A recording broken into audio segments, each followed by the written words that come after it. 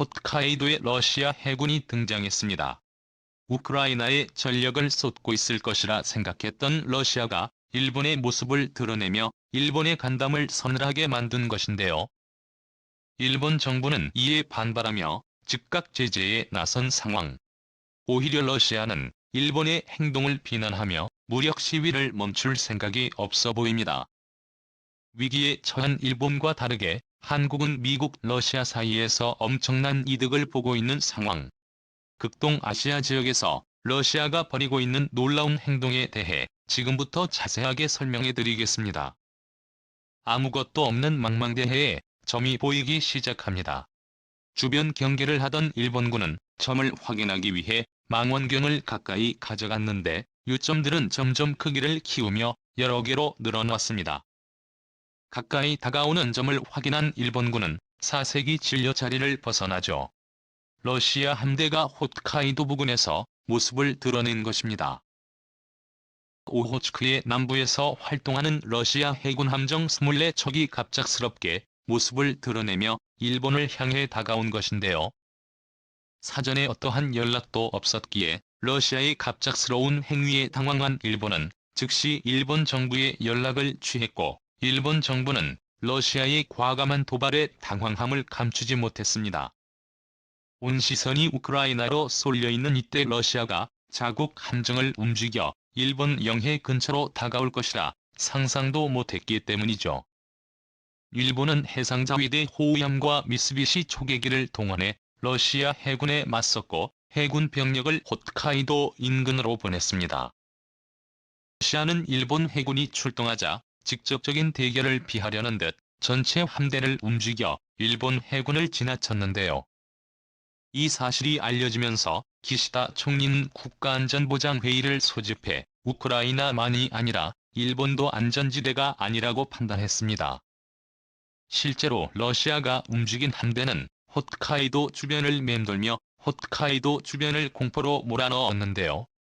일본 방위성은 홋카이도에 긴급 대피령을 내려 주민들을 대피, 러시아와의 본격 대결까지 상정할 정도였습니다.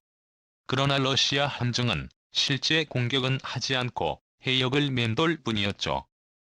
언제라도 군대를 움직여 홋카이도를 자신의 손에 넣을 수 있다는 시위를 보였죠.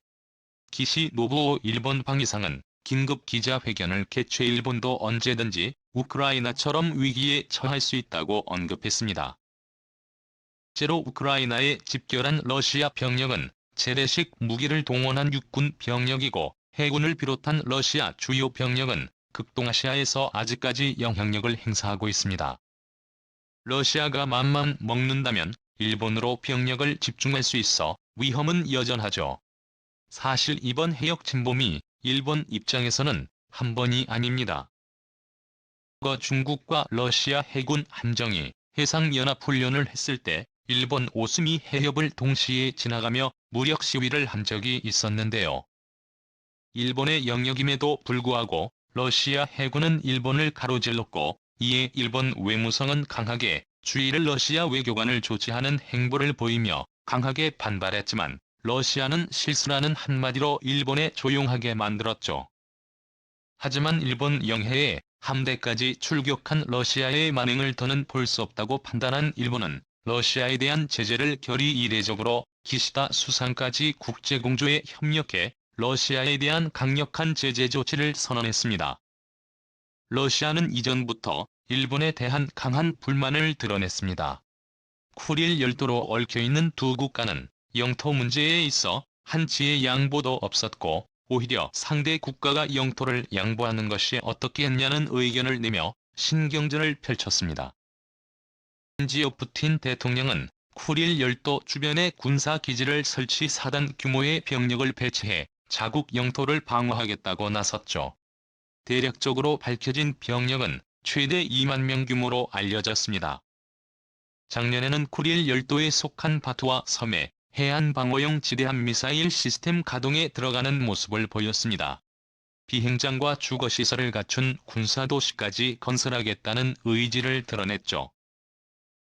러시아의 입장에서는 강경하게 러시아가 나오면 일본이 꼬리를 내리고 협의에 나설 것이라 생각했지만 일본이 취한 태도는 미국과의 협조 강화였습니다.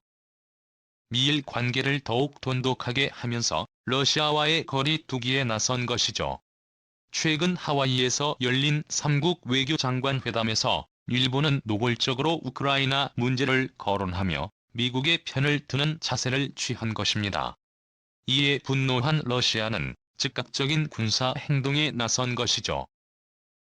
로이터 통신의 보도에 따르면 기시다 후미오 총리는 이번 러시아 침입에 대해 불쾌감을 드러내며 군사 침공을 용납할 수 없고 명백한 국제법 위반이라는 날선 비난과 함께 강력한 대응에 나서겠다는 단호한 태도를 드러냈습니다. 이제까지 쿠릴 열도 문제가 걸려있어 애매한 태도였던 일본과는 사뭇 다른 외교 방식이라는 평가가 지배적인데요.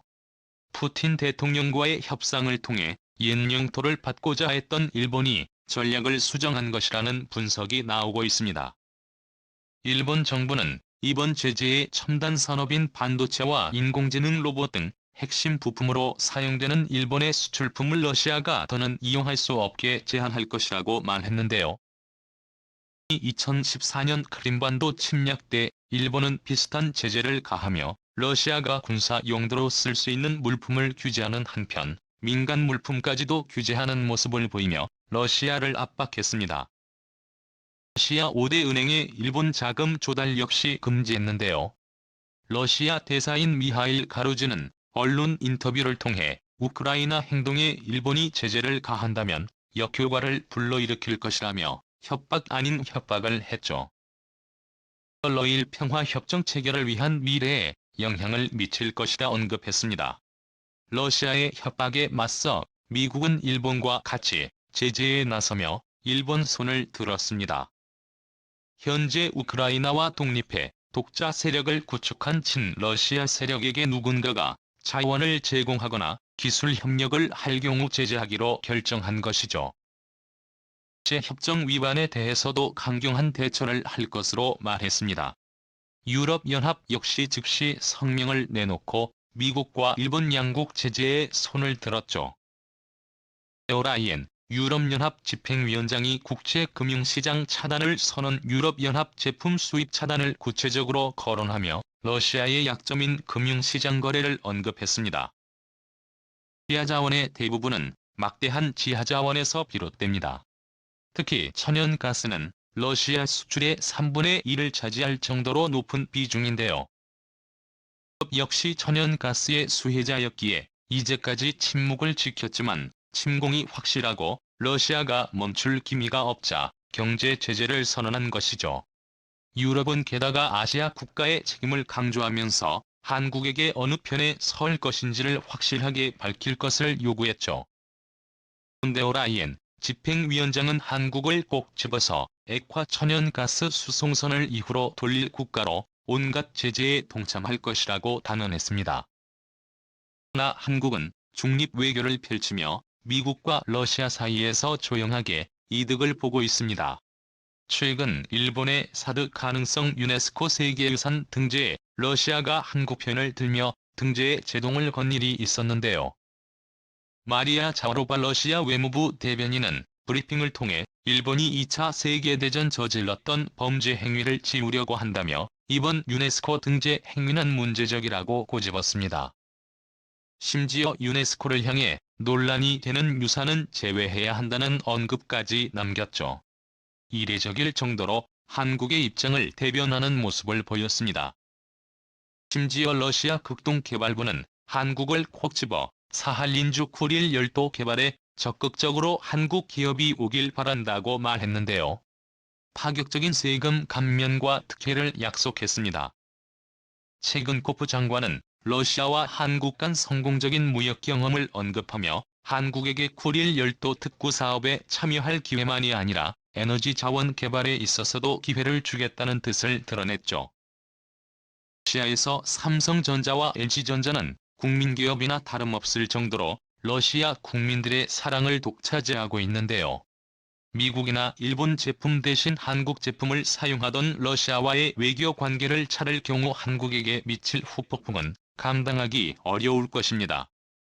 실제로 러시아에서는 일본에 대한 보복에 나설 것이라 발표하며 일본 제품을 비롯해 대부분의 한 번째 첨단 장비를 러시아에서 사용하지 않도록 할 것이며 중국과 협력해 대부분의 제품을 중국제로 교체하겠다는 발언을 했죠.